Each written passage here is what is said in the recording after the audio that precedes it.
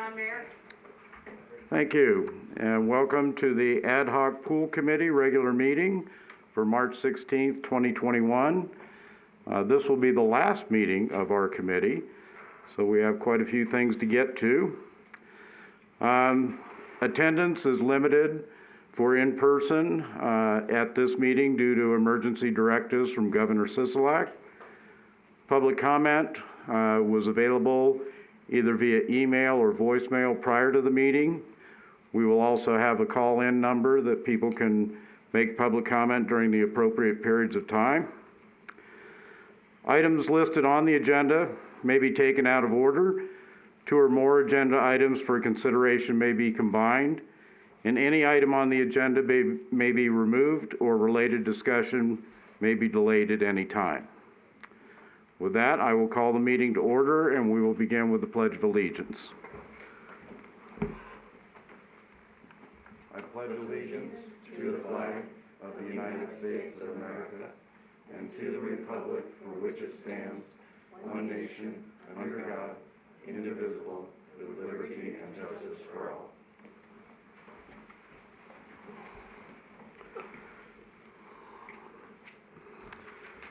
All right, and that brings us to our first public comment period. Anyone wishing to make public comment? The number to call is 702-589-9629.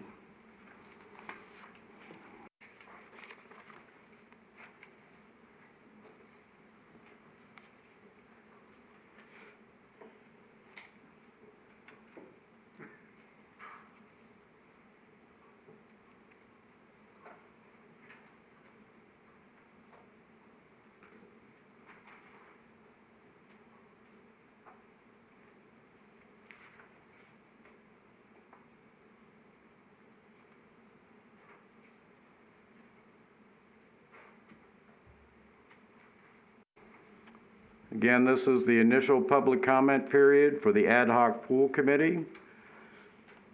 Comments during this period of time must be related to an item on the agenda. Each speaker will have up to 5 minutes. Anyone wishing to call in, the phone number is 702-589-9629.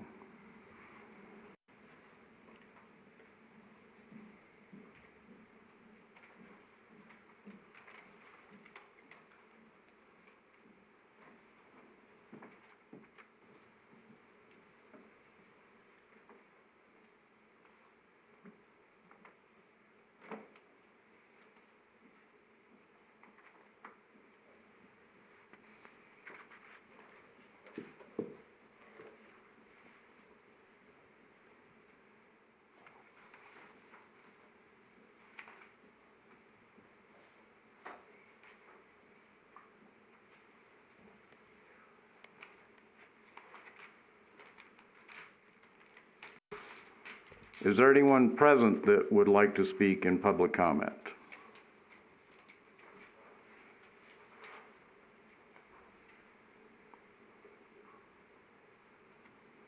And Ms. Bonk or Ms. Calloway, did we have any written or voicemails submitted? No written comments. Thank you. Again, this is the initial public comment period for the Ad Hoc Pool Committee. Anyone wishing to call in, the phone number is 702-589-9629.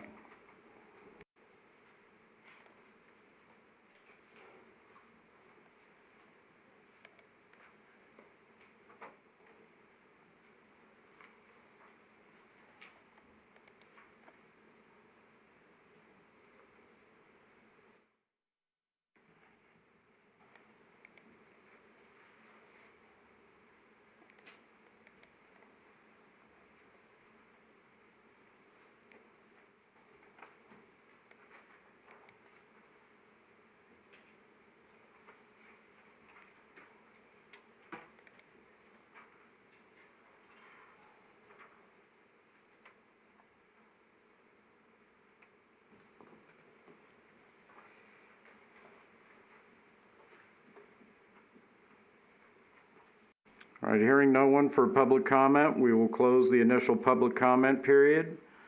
and move to our first item, which is the approval of the minutes from the February 16th, 2021 meeting. Are there any comments, changes, amendments that anyone wish to point out?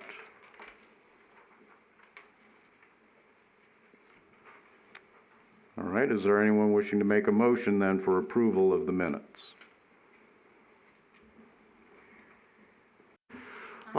Go ahead, Carol. I'll second. On your microphone, please. I move that we accept the minutes as written. Thank you. I second. Thank you. All those in favor? Aye. Anyone opposed? All right, we'll move then to item number 2 for possible action.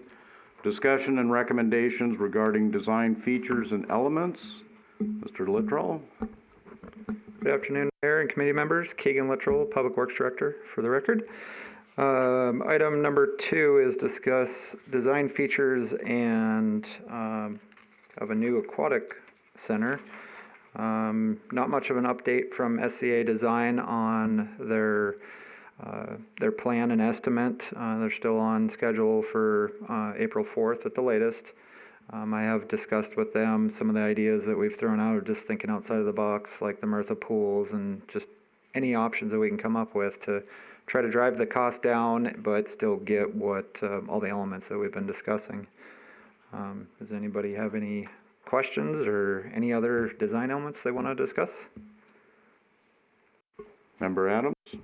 Less so about the design element itself, but more so with the estimate that's coming is if, after reviewing this one, is it might be helpful if, when it's presented to have kind of side-by-sides to kind of easily compare what those different things look like against each other. So, there's a little difficult when going through this, seeing, okay, here's this section of it, and then looking at this and, thinking to myself, do these two things add up, or are those costs also included in this one now? So something like that would be helpful as far as, reviewing that.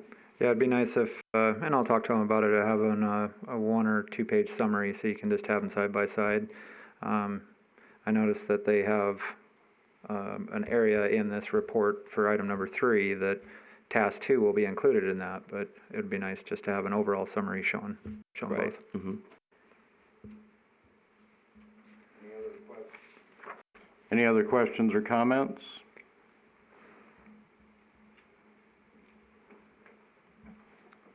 Mr. Littrell, were there any issues that SCA has voiced concerns about, or any of the design elements that we've been discussing?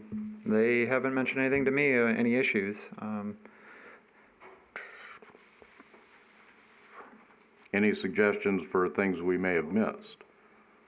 No, they thought we had a very comprehensive list. They said that they might throw in some recommendations of other options when they are putting this task 2 together. But yeah, really, they appreciated the list that the committee has put together for them. Okay, and they do reflect in their report most all of that. I mean, they do address that in the report that they've submitted already. Mm-hmm. Member Stevens? Yeah, what about solar water heater element of some sort? Is that maybe just an option, or? Yeah, they were looking into the green option. Ms. Carroll had shared I think it was a Facebook post of the Heritage pool being completely green. I don't think they were researching that, but they were definitely looking into those sort of options to help drive down the cost for us.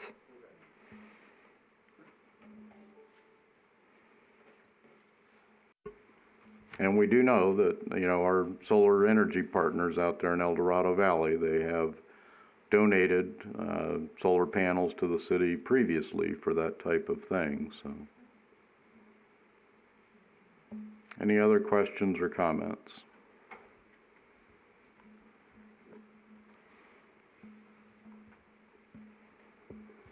All right, we will go ahead then and move to item number 3. Update regarding items related to repairing the existing facility.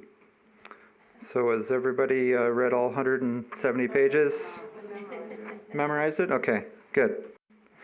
So I wanted to mention a couple things that, that I gathered or saw that wasn't included in the report before we get into answering any questions. So they have the roughly $6.7 million estimate to rehab the pool. A number of those issues are code violations, and a lot of that is ADA, as anybody that's been down there can see. But so for the 6.7, that is just the actual work and material that needs to be replaced. It doesn't include a design, because there'll have to be design included in that. Construction management, we can try to handle some of that in-house and working with the building department, but I don't know if we'll be able to undertake all of that. And then it also doesn't include the bubble, whether we keep the bubble or not. At the very least, we need to address the access through the bubble, because that's not ADA. Also, as we've talked before, we don't know about the pool leaks, where it's leaking from, how much water is leaking, where it's going. Everybody I've talked to says that, yeah, the pipes under there, they could last for the next 20 years or the next 20 minutes. We don't know. So, of course, they can't give us an estimate on that because we didn't cut out any of the deck for them to explore any deeper. And there was some other just real minor, I don't know if we'd call them typos, but stuff that I will get cleaned up with SCA. But in general, what I was reading, I was hoping for like a real clear-cut yes or no, this is what you guys should do. And of course, it's hard to get that out of a consultant, but I felt that they did a good job on the report. I did see in there that they're viewing it as we've met the life expectancy of this pool, but it's not impossible for us to rehab it and get these code violations up to par and get the access into the building a lot safer for anybody with any impairments. Does anybody have any questions on the report or stuff they'd like to see included, or? Questions or comments? Member Reel? Oh, excuse me, go ahead, Member Carroll. Did they give a time frame on how long this would take? You have to go to the podium, I'm sorry. I'm so sorry, I bet. Okay, did they give any kind of estimate on a time frame for rehabbing the pool? I didn't see it in there, but it's not, that doesn't mean that it wasn't in there hidden someplace, but no, I didn't see that. That was something I discussed with Jim Keene, the city engineer, because we'd like to know what their estimation is for rehabbing it. And it does appear that with the work that they're talking about, the pool would, of necessity, need to be closed for some period of time. Yes, yep. Yeah, there's some aspects that it could stay open for, but if you're replacing the heaters and the pumps and all that, it's going to have to be shut down. Well, and I think, they're talking about quite a bit of concrete work, Oh, yeah. the decks and the steps and Yeah. all of those types of things that take some time. Member Reel, you had... Well, I was just gonna ask, with the grandfathered in exemptions, we're still, even if we did all this work, we still wouldn't meet current conditions for the pool, current requirements, as if we were building the new pool? For the grandfathered codes that we're in violation of, Roger's mentioned it in the past, if we only repair like for like if we swap out one pump for another one, we're fine. But anytime we do any sort of rehab, like the deck right now slopes away from the pool. It's supposed to be sloping towards the drains. If we go in and do anything like that, that's when we're going to have to bring all of these code violations. And so that's where all the money comes in right there. But I was thinking that even with all the things that they were suggesting and how much it was gonna cost, there would be still some things that we weren't meeting codes on. I believe that they've addressed all of the code violations. Yeah, other than leaving the pool bubble out and the ADA. Yeah, another thing that I noticed is you still wouldn't be able to dive in the pool, even if we go and spend all this money. Yep. We still won't be solving that problem. Yep. Okay.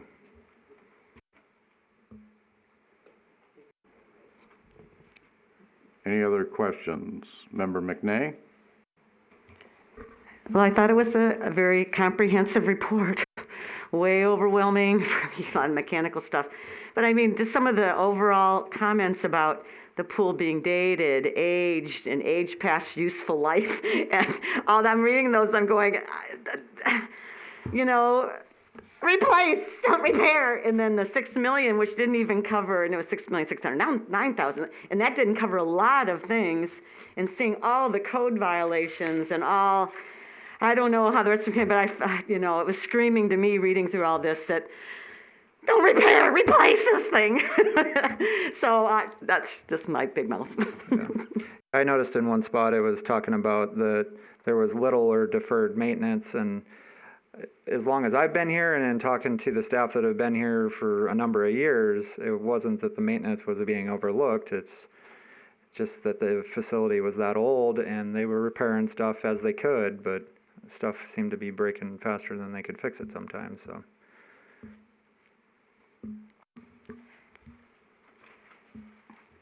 I see a problem in saying that it's like 6.7 million, when in fact that doesn't cover everything. And that's kind of where we got in trouble before, because the 21 million for the pool didn't include a lot of other things. Yep. So I hope that if we're going to put this out to the public, we would have this figure plus, or at least to let people know that this is certainly not a, I'll write the check and it'll be fixed kind of thing. Because Yeah. I think that's, Staff, between the city engineer and myself, we can come up with a design, construction management, all the associated fees or costs that come along with it, like with the $27 million pool that went to 37 or essentially 40 million. That stuff was missing off of there. Even inflation and construction costs going up every year, depending on when we could get to this. So we can come up with those numbers. But yeah, the 6.7 million is only bringing it up to code, and it's not going to be a brand new building. There's no way to get that done, other than building a new building. But the 6.7 would get it up to code, other than the bubble and the access through the bubble. And it would give us new pumps, new heaters, and the stuff that we need. But yeah, it's not going to be a new facility. So if we are going to educate the public, we need to make sure that they understand that this is getting it up to code. And then the CAS 2, when then we get that next month, that'll be how we compare and how people can make their decision. and I really agree with you, because up to code is not the same as remodeling or something else. So, Exactly. you know, we kind of tend to think, yeah, thank you. Anyone else? Member Adams? With discussions about, useful use of life or whatever, there is one area here, I think it's page 102 in their thing, 102, where they list the years where there was some work done, and then it lists the expected life. But the years really only start, there's a bunch of blank spaces, and then it starts 2010, 2014, 2020. Okay. So I was just wondering if those are years that we know in which that was. It looks like it was at least ascending order. So, I'm assuming even if going off of that, if everything else was done in 2010, we're pretty much approaching the end of life on a lot of these things as it is, with improvements that have already been made. So, I'm not sure if we have some of the information for those years when some of those improvements were made, or... I'm sure there was improvements made prior to the dates they have in here, but we didn't have any records. Gotcha. Some of it was hearsay and talking to the guys that Roger probably knows the best on when repairs were happening, but right. They were going off of documentation that we were able to obtain for them, because they don't want to make any estimations other than the actual cost estimate. Right. No, and I think it just goes to show just that in general, just about everything is coming to, the end of its useful life. And yeah, that conversation comes down to, do we try and go and rebuild this and still not knowing what we don't know? Onto that part, outside of like pipes and stuff, I also saw a mention in a few areas about things like mold and issues like that, and how that might even need to be something considered. Just in, if we were to go with constructing a new facility as demolition, is paying attention and understanding the mold. What does that look like as far as, you know, how can that affect costs and stuff? It all depends on what they find. There's always a remediation plan that goes along that with remodeling or I can't even say the word, demolishing an older building. There's got to be a plan in place. If they do encounter any mold, then they'll have to deal with that appropriately. A lot of times it's guess. You just got to put a contingency in there just in case they do come across mold. But yeah, there's no easy way to guess what that's going to be. I guess just, you know, my general takeaway, I mean, it is very comprehensive, absolutely. There's a lot of information in here on what it takes, you know, and when you look at, you know, just how out of code we are, I mean, there's reasons why these codes are in place. You know, it's not just, you know, somebody wanting to wave a wand and make things difficult for everybody. I mean, it really are, you know, health and safety aspects and accessibility aspects that, you know, this is important. This is a municipal pool, you know, and so I do think it's important that we consider that. You know, we shouldn't, you know, be okay with just having something that's substandard. Oh, it's old, you know, lucky us, we can get grandfathered in.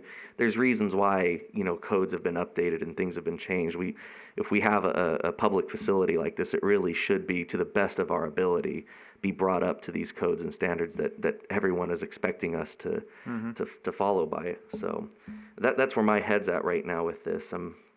I might come up with, I might have some other questions, but those are the things that just stuck out to me when reading this thing. Was, yeah, we're at the end of a lot of things here. What Member Jeffries had talked about, we consider the bubble, and if we change the elevation of the concrete around the pool, the bubble most likely won't fit exactly the way it used to, or the anchors won't be there anymore. So that's more cost. That's not included in the packet. So something to consider for the public too. When we do these changes, it may become a seasonal pool instead of a year-round pool. Yeah, Roger had mentioned to me in the recent past that there were starting to see some rips and tears and some staining of the current bubble. What was the cost on the old one? 2 or 3 million? Was it that much? No. I'm thinking of something else. 1.5. Okay. It's still so we paid pretty hefty 1.5 for that one, and I don't know what the going cost is. It's been a number of years.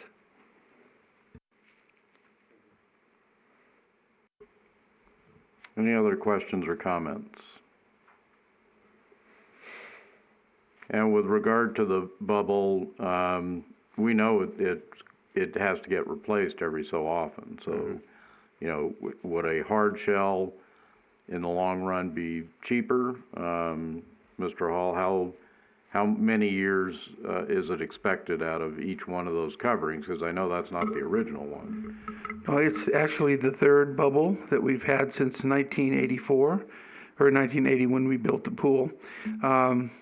So basically, the bubble, one good thing about the bubble is we put it up during the wintertime, take it down in the summertime when you have the high chance of the sun getting to it and you know, discoloring it. We're finding that the sun is discoloring it, even though we do take it down and put it in a garage out of the sun for the summer months and then put it back up in the fall. But we noticed that there's brown discoloration on the south side of the bubble right now for some reason, and we're looking at that. They last about, I would say 10 years probably, and we're approaching that pretty quick here. Sometimes you can get more out of it. It just depends. But I've noticed last year I sent Keegan some pictures of the coloring, and it is starting to brown out on the back side, and you can see it on the south side of the bubble when you look at it now. And that may mean that material is going to start to disintegrate or deteriorate. Yeah, and you don't want to wait to the last minute either, because in a high wind you could be, you know, having a program in there, and a big wind comes through and the thing splits and starts coming down. So yeah, you have to watch that. And I know also, you know, remember Adam's comments about mold. You know, as long as that structure has been there and as much humidity remains in the building all the time, it's hard to say what they would find. I mean, once they start, because, even with a report on repairing the facility, they talk about having to go in and tear a lot of stuff out, especially in the locker rooms and things like that. So, it's hard to say what they may find. Again, back in the time that the pool was originally built, and I don't know how much there is, they often use insulation around pipes that contained asbestos. And if you have that, then, again, the cost starts to go up. Obviously, that cost would still be there if the building is demolished, but that's another factor, I think. In reading the report as well, and as others have pointed out, this doesn't give us a new pool. We would still have drawbacks to it. So in addition to things that they may find during the tear out, again, we've talked about, or you mentioned earlier, the water leakage, both from cracks in the pool itself and the water pipes underneath the structure. Mr. Cohen had a contractor come out and look before, similar findings. I mean, it's old, and after 40 years, things start to deteriorate. Again, you walk around the pool deck, and although the cracks have been sealed, there's cracks all over the pool deck, and again, it's not the best condition after 40 years, for sure. Yep. Any other questions or comments? Member Adams? Thank you. One of the things I forgot to mention was regarding some of the, a lot of this is focusing on, of course, the pool itself, the locker rooms, things like that. With regards to things like the racquetball courts and stuff, I remember seeing something in there about, accessibility issues and stuff like that, but by and large, I don't recall there being anything where like, oh, these are major repairs that need to happen there. Is that, so I mean, are we at least thinking that something like that is at least still in relatively good condition that could maybe be maintained? That was my understanding, is that stuff salvageable. Definitely have to continue inspecting the lift that we have there to get to the racquetball courts. Go ahead, Roger. Also, if you take a look at the doors in the racquetball courts, they're too small. So we had one handicapped person come down when we first opened the facility, and we had to carry him in and set him in his wheelchair inside so he couldn't get his wheelchair through the doors of the racquetball courts. So they would have to be modified for ADA. Yeah, so like I said, accessibility seems to be the one focus there on that, but otherwise, I'm just trying to think of, in comparison to one option here versus other options that we might consider. So I'm just trying to make sure I have a full picture, because like I said, I didn't remember, other than seeing that, any real comments on those aspects. So it's not, but yeah, where there's water and chemicals and all this other things, obviously there's a lot of wear and tear going on. So. Member McNay?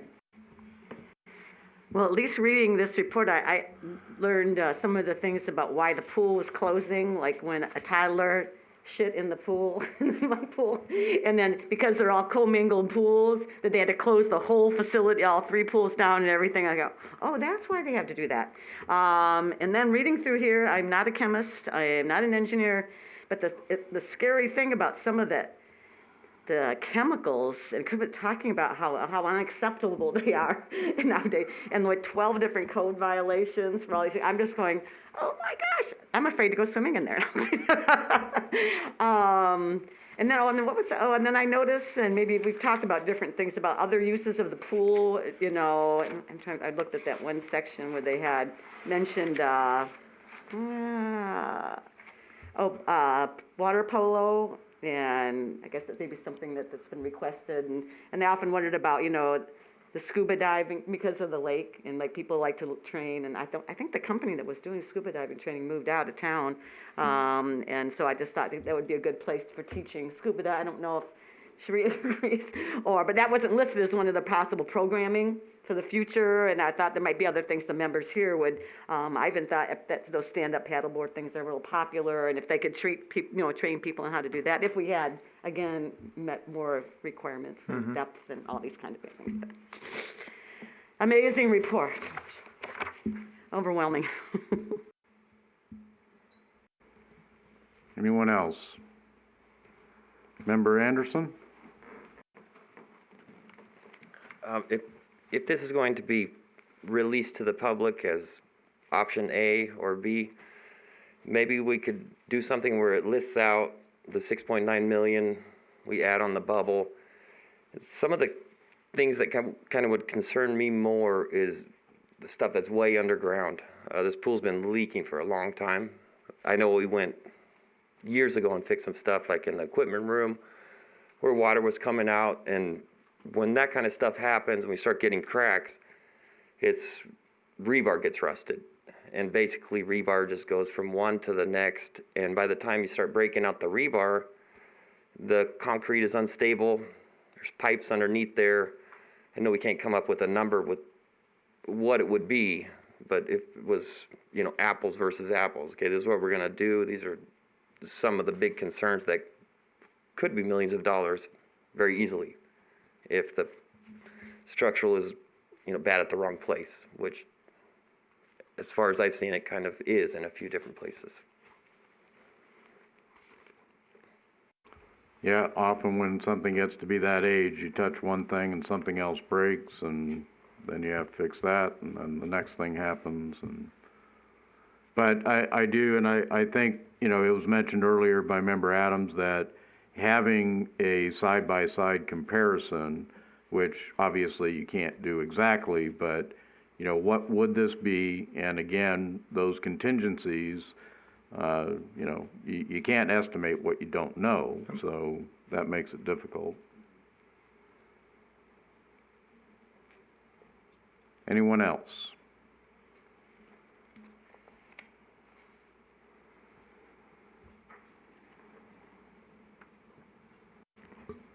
How do we intend to, how do we intend to inform the public about it?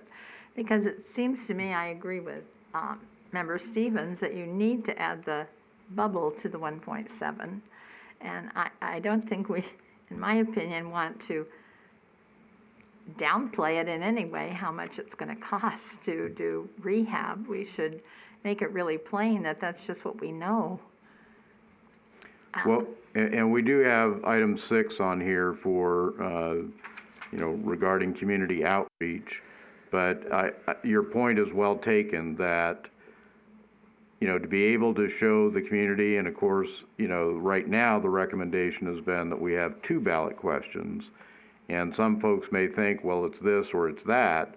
But the 2 ballot questions are necessary if we're going to move forward really with anything. I mean, we're at $7 million now, at least, so, we have to get voter approval for that type of project. So we will talk about that in the next question, but I do think as far as the report goes, it certainly spells out what the conditions are.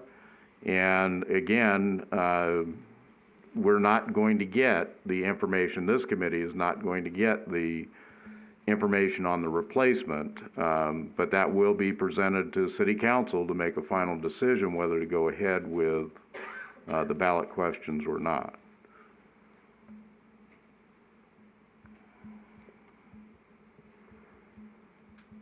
Any other questions or comments on the report, what would be needed for repairing the existing facility?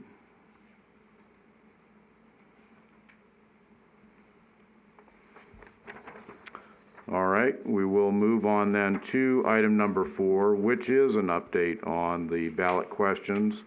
Thank you, Mr. Littrell.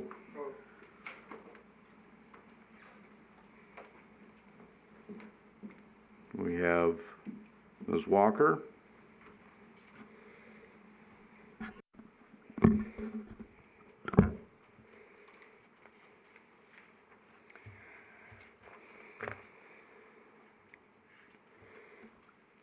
Good afternoon, pool ad hoc committee members. Brittany Walker, acting city attorney here to give you an update on the ballot questions approved by City Council at the February 23rd City Council meeting. As you may recollect, during our last meeting, the ad hoc pool committee recommended that rather than 3 ballot questions regarding the capital improvement fund, only 2 ballot questions move forward. And that was the one-time appropriation of $7 million from the capital improvement fund and the reappropriation of the proceeds of the sale of Track 350. So following, in addition, the pool ad hoc committee recommended that the name for the facility in the ballot question be changed. The term aquatic center was not favored, and the committee recommended that other terms be explored. In response to that, I conducted some research as to what types of facility names would appropriately encompass all the facility infrastructure necessary for a swimming pool, in addition to a swimming pool. And in reviewing NRS, recommended that the project be called a swimming pool recreational project.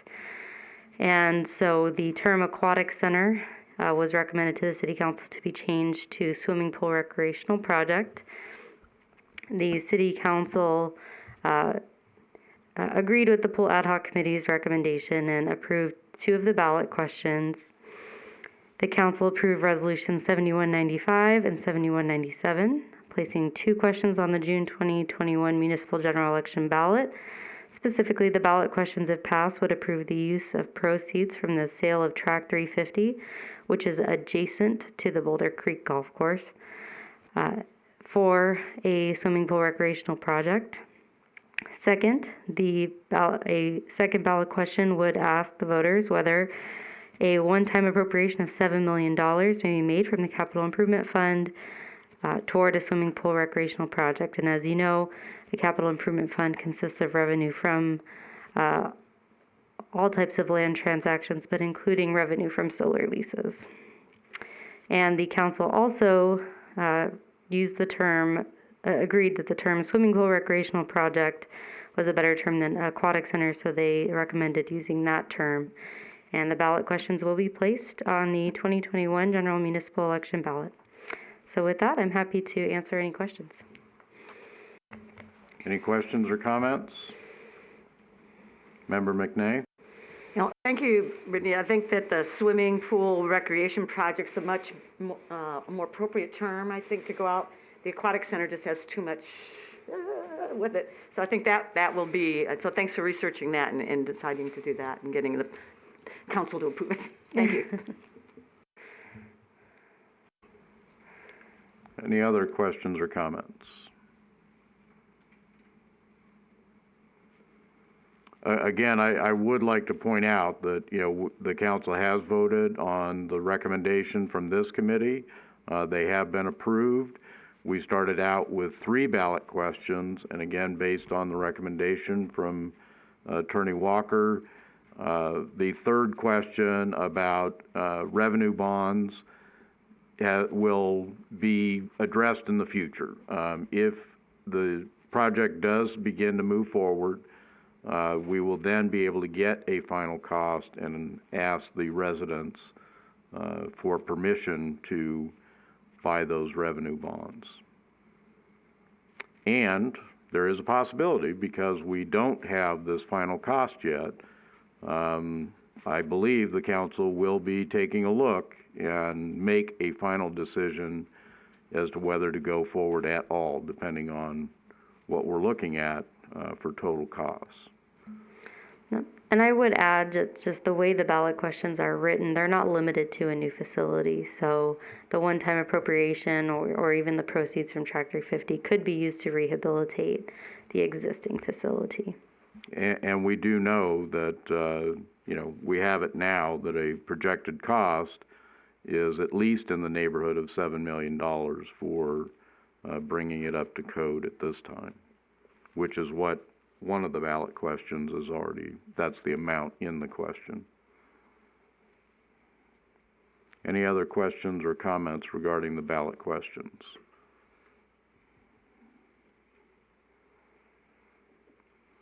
All right, thank you, Ms. Walker.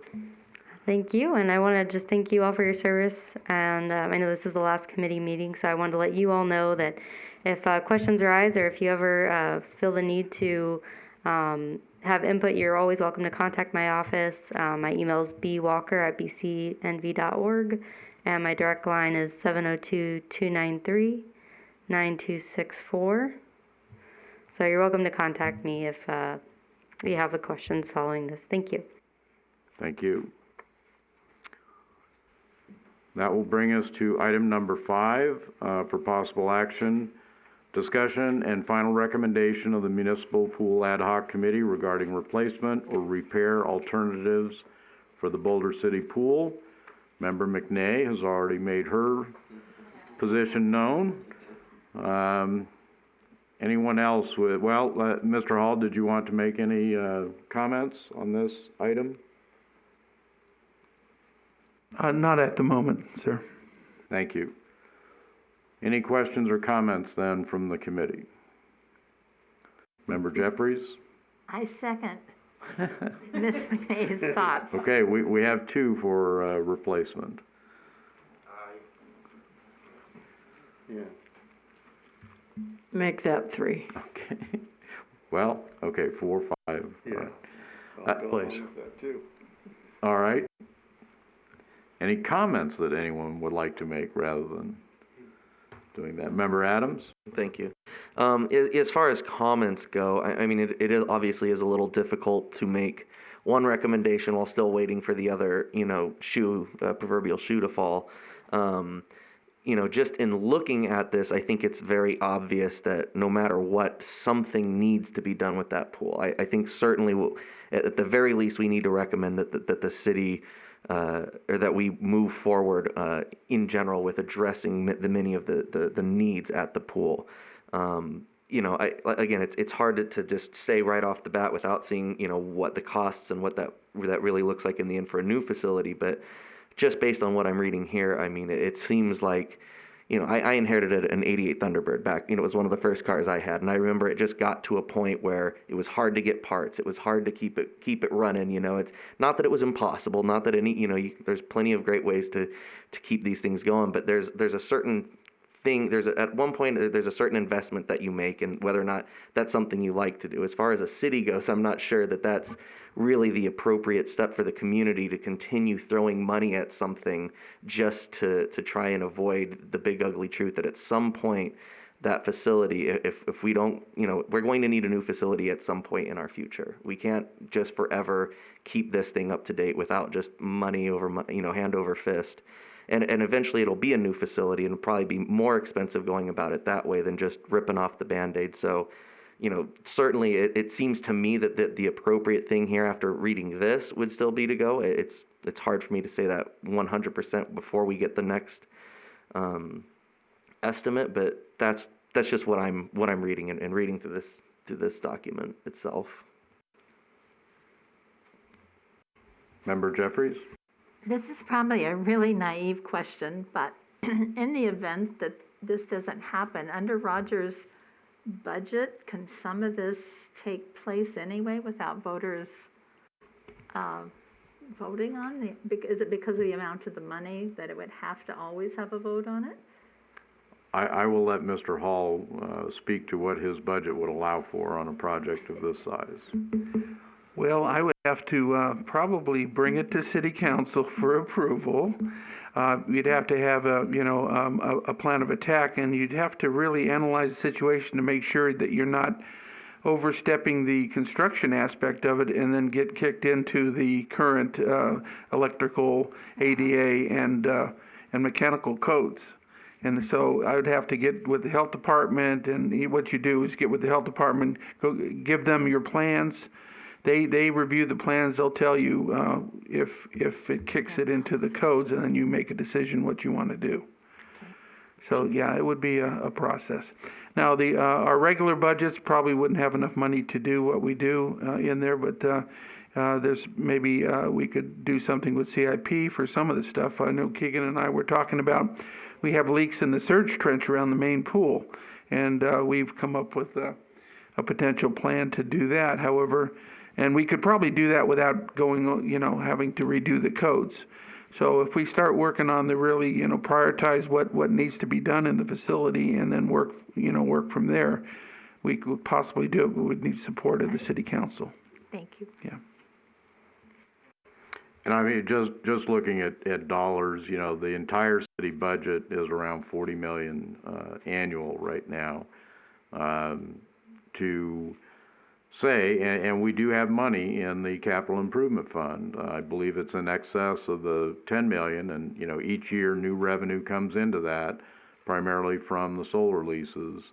But to say that there's enough money in the city budget to take a project like this on, again, that's why we have capital improvement funds, is to save up money over time and spend it on large projects. So, certainly there are some things that can be done as far as maintaining the pool in the future, but I think Roger's budget is around 5 million this year for everything.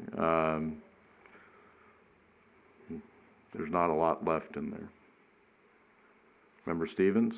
I would like to take note that previously in our previous meetings, the city staff, including the old city attorney, city manager, including our committee, has all approved this, and the financial director has all approved this at one time. So I think it's a pretty good system, and we've all looked it over. I don't know if the city council has yet, but we've all gone through it and approved it. So something to consider for the public.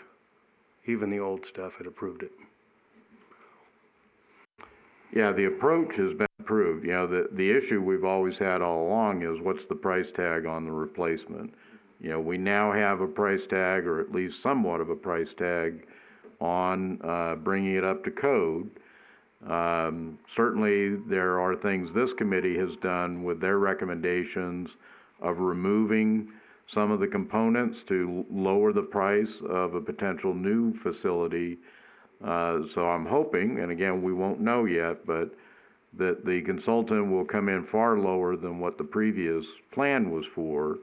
That, I think, it was sticker shock for the public. I know I was campaigning at that time, and that's certainly what I was hearing from the residents, was it was simply too much. So this committee's done its work in trying to reduce the reach and extent of this project and still provide a nice facility that would be serviceable for our community. Member Adams? And just to add to that also, because it's even with all of those things, with the big sticker price, the ability that it wasn't necessarily for just one facility. There were a lot of reasons, the potential for increase in taxes, the potential that the money could be used for other types of recreational projects, not just, there were a number of reasons why people weren't certain. And even still, it wasn't completely flat out people were against it. There was still a sizable part of the community. So I think there's obviously an interest in the community in addressing these issues. And, what we've tried to do here is to, take a different approach. The other one didn't work, and, it's nothing, to speak ill of that previous approach. It's just that wasn't approved of by the voters. So now we're trying to go about this a different way, to inform them a different way, to have, this ad hoc committee and, really to try and address some of those major concerns, I don't think there's ever going to be a price tag that anybody's going to be happy with, unfortunately, with something like this. But if at the end of the day we can at least help them understand why the price tag is what it is and why we really do need to address the issues at the pool, then, I think it'll be a success, at least in giving the voters the opportunity to, let us know whether or not they think it's appropriate or not. So ultimately, they're going to have the final say. And I think, the most important aspect of this for the public is not only are we looking to lower the cost of this project substantially, but we're looking at doing it in a way that does not raise taxes. There are a lot of people who do not use the pool, and certainly they have a legitimate question to say, well, why should I pay for that? My philosophy about why we pay for things is I may not use something and someone else may, but then they may pay for something that I use. So, we have a community here, and we need to always be conscious of the fact that, it shouldn't be all just about what an individual wants, but what's best for the community. But we still don't have that number yet. So, would I like to see a new facility? I would, but being able to say, yep, that's what we're going to do, well, until we get that number, it's just not going to be possible to make a decision. I do think that when we look at this, we have to keep that in mind, that we're talking at least $7 million now to just bring it up to code, and it's still going to be a 40-year-old structure. So at some point, it becomes unrepairable. Member McNay? Well, I'm optimistic, and I'm hoping that we're going to talk at this another item about how to promote, getting our neighbors and our friends to vote yes on the ballot issues. But I'm getting more and more, I don't know if the rest of the committee are, but when I say I'm going to the meeting here or something like tonight, my neighbors, we need a new pool, they're yelling at me. So, I'm getting a lot more positive feedback, people saying to me, you got to do something about that pool. And then I guess another question, I don't know if this is way too premature, but the value of the Tract 350 tracts of land, I mean, did we have any concept of how much money that might generate?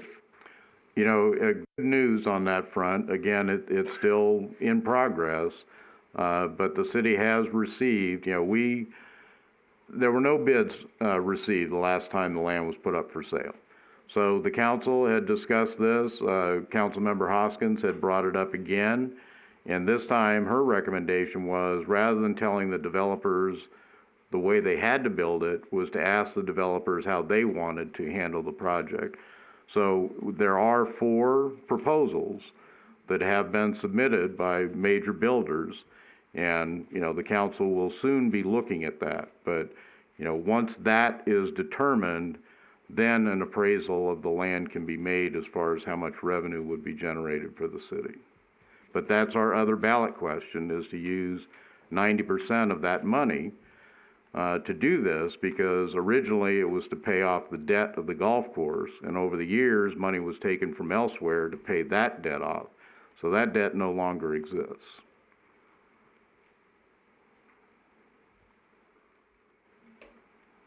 Any other questions or comments? Member Adams? As far as recommendations go, and I know we've discussed this being the last meeting, we do have the one more estimate coming in. Is there, I'm looking at just the timeline here. We've got a whole month, and the way it's set up, there's always the possibility that we recommend the council asks to get the band back together one more time after just so that we can look at that and make a final recommendation. We're getting up to the end here, though, time-wise, as far as with questions on the ballot and all that sort of stuff. So it's just one possibility. I'm just trying to think of the best way here, because it almost feels a little inappropriate to make a full-fledged recommendation without having everything. But and again, the reason we're where we are at today is, the pandemic delayed this committee for, 3 months, I think. And we're running right up to the deadlines for submission of ballot questions. So it would be wonderful to say we could get those 3 months or 4 months that we lost back. But, that's not what the calendar allows us to do. Any other questions or comments? Member Jeffries? Well, today I was in a meeting with 2 other people, and I told them where I was coming, and they said, well, we won't vote for it if it's that big building idea again. So we did talk, but I don't know that we need to have another meeting, but it feels like in order to be able to say we've done all of our work, this is the bid a suggestion for how much rehab is. It seems like the committee, and maybe you just need to inform us, I don't know, but it does seem like you kind of need to know both ends of just to be able to present it intelligently. And to Valerie's point, in changing the name, I think that sort of shrunk down what these 2 people were talking about today that I was meeting with. But because all they could say was that big building, so, anyway. They didn't seem to mind that it was going to be enclosed rather than the bubble, but anyway, so, thank you. Again, excellent point that, we're in a place where we've got another item, our next item on the agenda is what can be done for education. The problem too with extending the term of this committee, by the time we get things on a council agenda and notice to the public, we would see a month go by, and that's right at the time where we're probably hitting the deadline. So I would certainly encourage every member of this committee, when this estimate for the new facility comes in, look it over, take your time as you did on this one, and, send a letter, send a email. I'm not sure where we'll be at as far as having attendance here at our council meetings, but please show up. I will be more than happy to call on you during public comment or have your comments read into the record and all of that.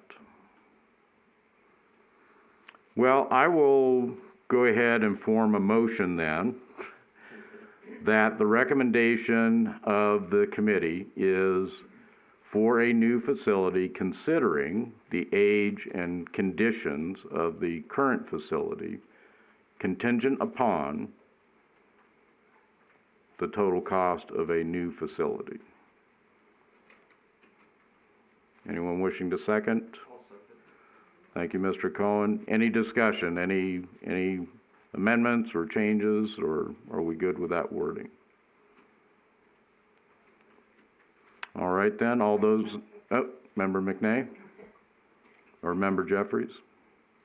Can this report be available to the community? Sure, I mean, it's been published in the packet already, but yes, it's a separate document that could be requested. Thank you. Jeffrey, can you repeat your question? It wasn't recorded in the microphone. Would you say, yes, your question again? Well, I don't hear, so, I'm sorry. what did she say? She would just like you to repeat your statement. About? Oh, I was just wondering if in fact this packet is available to the public or if I can hand it to people to take a look at, so. Member McNay? Yeah, the wording was really good there. I was just wondering if terminology or phrase about saying about, and this was in the report frequently, about when it fails, even after the $7 million, enhancement, it's still really likely to fail. And I don't know if to make it seem more scary, I guess. Well, don't forget, this is the recommendation to council Right, now, okay. so. All right, well, we have a motion and a second then. All those in favor? Aye. Any opposed? Then the council will hear our words of wisdom. All right, and that does bring us to our item number 6 for possible action, discussion and direction from the Municipal Pool Ad Hoc Committee regarding community outreach from the committee. Now, we talked about this a little bit at our last meeting. There's a state law out there that prevents municipal employees from advocating for or against a ballot question. So during this discussion, let's all keep in mind, we can't ask staff to do things regarding this advocacy. Certainly, any member of this committee is free to do that as they wish. There have been, suggestions, or at least it's been put out there that one or more members of this committee may wish to form a political action committee that could raise money and do some advertising or getting information out to the public. Those political action committees, it's pretty much a matter of registering with the Secretary of State's office, and that then allows you to do fundraising and spending money of those types of things. So that's not a discussion necessarily for this committee today, but that's something that's available to any citizen can do something like that. As far as information that we may want, Member Jeffries just spoke about the report. Well, city staff can provide the report. Now, they're not going to be able to provide, 1,000 copies of it, but certainly they can provide a copy of the report that could be reproduced if someone wished to do that. Any other questions or comments then? Member Adams?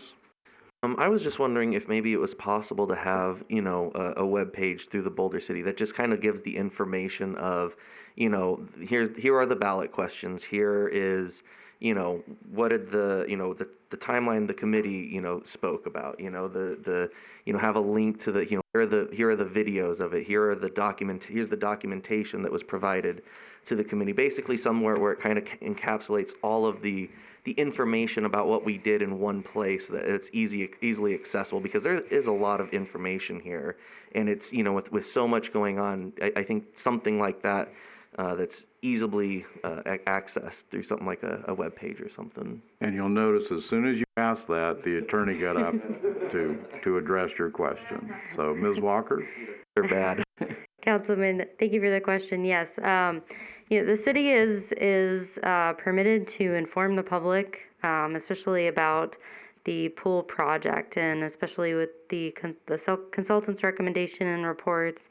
Those are things that can be distributed by the city publicly on the webpage or through dissemination. With regard to any sort of reference of a ballot question, I would have city staff consult with my office and review, just to ensure that it doesn't support the ballot question, and so that the obligations of NRS 281A are met. So as far as posting a website, again, informing the public about the pool project is absolutely appropriate. The sort of language will just have to be reviewed closely to ensure that the city doesn't expend any public dollars, or isn't directed to expend any public dollars on supporting a ballot question. Absolutely, and I think with regards to discussing the ballot questions, would just mostly just be presenting what is in people's ballots, what they would see. That sort of information. I don't know if that's appropriate or not, but we should just review these things on a case-by-case basis. Thank you. And we do have Ms. LaPlante, who is our communications director or manager, who probably has some thoughts. Lisa LaPlante, longtime listener. So we did actually utilize a page on bcnv.org previously. It included, the ballot questions. It included some of the designs, some of the pictures that Roger had taken of reasons why it had to be done. There's no reason why we couldn't repurpose that once again, make sure that people have all of the information that they need. Yeah, I just imagine an informational thing, something that is just, here's what has been said, here are the meetings that have been had. These are all public records, right? Rather than no advocacy for or against, but so that people can understand and walk away with the information. Absolutely. That can be done. It can be done pretty quickly, too. And again, although, don't leave yet, Ms. LaPlante. Although clearly, you're paid by the taxpayers, and the work that you do is paid for by the taxpayers. But certainly informational things, as you've described, can be put out there. So a page like that could contain a link to this report, or a link to when the consultant does come back with a recommendation or an estimate for a new facility. It could even link to the minutes of this committee's work and how long we have tried to get this project to a point where we believe it meets what's necessary but doesn't exceed that. So as long as that information is just being put out to the public, and from what Ms. Walker has already said, we're not advocating, we're just making the information available. Is that something that's within the realm of possibilities? Absolutely, absolutely. That's what we did last time around. It was very simplified, basic information. When people had additional questions, we had a frequently asked page that we added the questions to that so that people who had questions could go to that pretty quickly. It was all information that had been presented to council previously, so it wasn't anything advocating, it was completely educational. And anything that we would do, I work very closely with Roger. I would absolutely check with Brittany before posting anything to make sure that that it meets her standards. We would not be advocating, it would definitely be educational. Thank you. Member Jeffries? At one time, we talked about putting a flyer in the utility bill that had some, is that still a possibility? There are timelines on that. Go ahead. And Ms. Calloway just reached out to me. We are going to make sure that it goes into the April, which is due on Monday. So we're going to come up with something pretty quick tomorrow. Thank you. That's good, because that goes to more people perhaps than visit the website. Absolutely. And whatever we put there, we also post it on our website. There is actually a place where people who do the bill pay can get that if they don't get the actual bill in the mail. And then in addition to that, whatever we put in there, we can utilize on social media as well. Great. Thank you. Thank you. Member McNay? Hi, Lisa. Hi. Good. Yeah, I mean, I'm trying to figure out, there's so much education that's needed out there in the public, especially for the people who don't use the pool about what, and so I'm just trying to imagine if, maybe designing some kind of a poster, I guess, and again, not advocating for but just giving information and education, and so maybe I'll work on that, or anyone in the committee here, to just get people, there's so much misinformation, which the social media contributes to quite a bit, I might add, but just to make sure people understand the pros and cons, and, and just can have, some of them have never even been to the pool. They don't know where it is. Right. I have a lot of, people that say, oh, where'd you go swimming? And I go, oh, the municipal pool. Oh, we have one? And you're going, oh my gosh. And these aren't people just live here part-time or anything like that. They live here year-round. And so I'm going, oh, how do we reach them in a meaningful, productive way that's going to just maybe have an open house at the pool? Well, again, we've got to always keep in mind that actions by the city cannot be in any way for advocacy. There were public meetings that were held last time as well, more in preparation for coming up with something. But, again, too, we have a fairly narrow time frame. I mean, we may think, well, the election's not till June. Well, these next 2.5 months will go by very quickly. So, Member Adams? I think just the easiest thing, before, without, we could think of a million different things, but at some point, some of that might be on a personal basis to do. But I think really just trying to encapsulate all of the information that is public record, that has been documented, putting it into one easy to reach place, access. Mailers, I hear every time something goes out in the mailer, I hear, hey, I got this in the mailer. So I know that's a really good place, and so that could even direct people. And so I think, just something that, without trying to recreate the wheel here, just having that destination for people to get the information in order to make their own informed decision about whether they think it's appropriate or not. So I think that's the appropriate thing, without trying, let's do this and that and this and that, when, as the mayor said, there's only so much time, and we don't want to spend too much efforts on trying a million different things, when what we really just need to do is get the information out there, and that's really all we can do.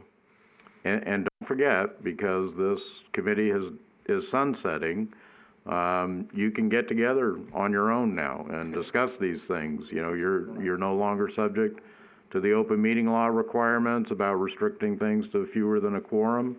Go have lunch together. It's social distancing, of course.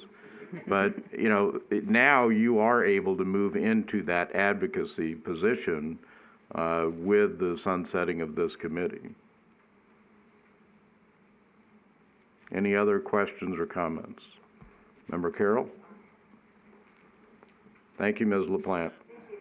I agree that, like, putting something in the mailer and possibly in the newspaper as well on the social media site.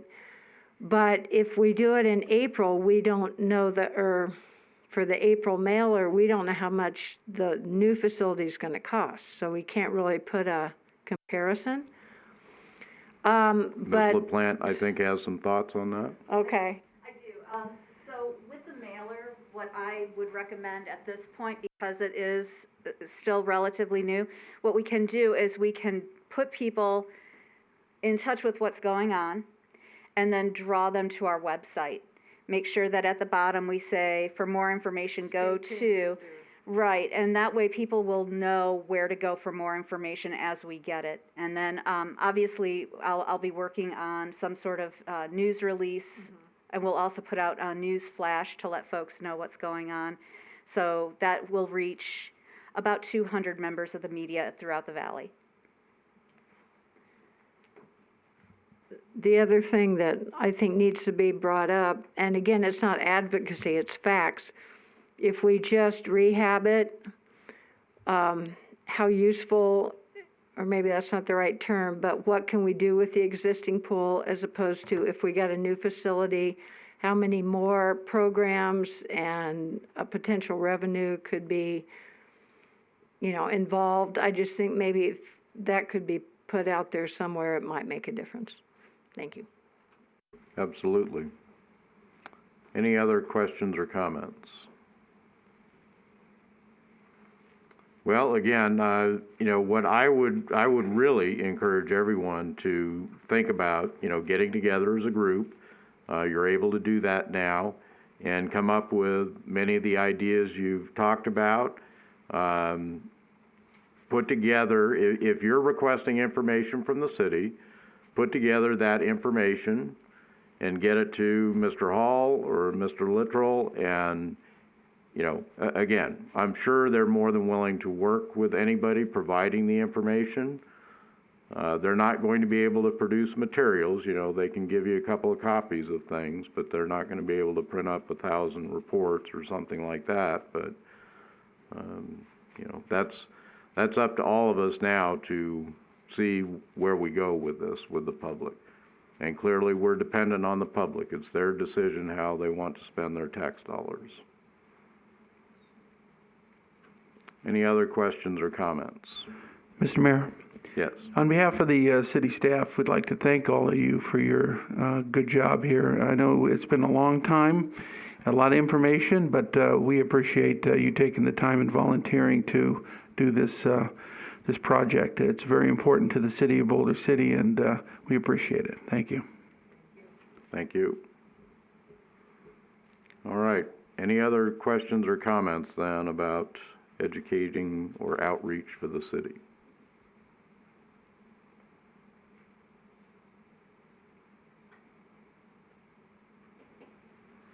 All right, we will then move to our last public comment period.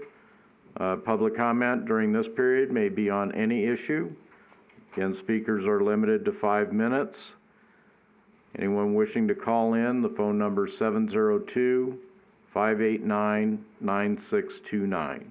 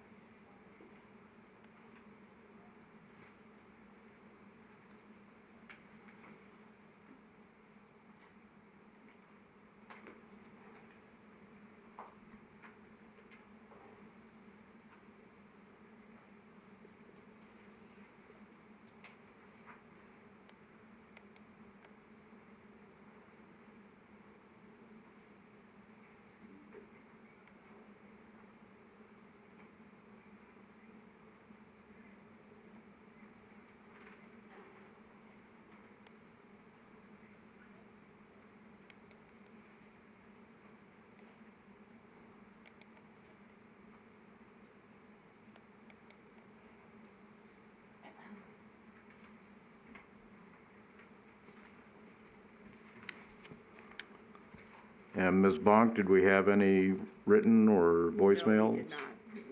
Thank you. Again, this is our final public comment period. Anyone wishing to call in, the number 702-589-9629.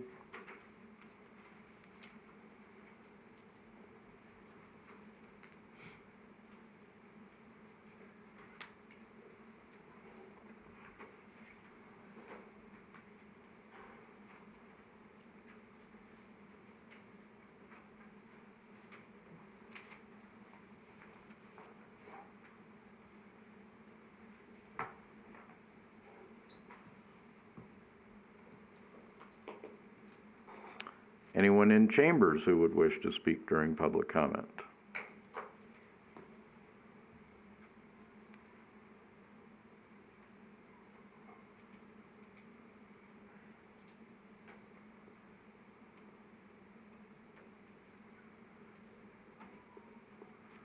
All right, well, hearing no one for public comment, I will close this, but I do want to end this with Mr. Hall has expressed the appreciation of the staff. I know for myself and Council Member Adams, you know, we depend heavily on these citizen committees. The work that you've all done over, you know, it's been over a year, believe it or not. I was looking back at some of our earliest packets. I think you've all provided a real service to this community. I think you all have tried to address the issues that the community had with the prior project. And again, thank you all. We're a small town and we depend on people like you who have backgrounds and expertise in this to be able to provide the recommendations to City Council. And with that, we're adjourned. Thank you all. You need credit for pulling this committee together after it failed, so thank you.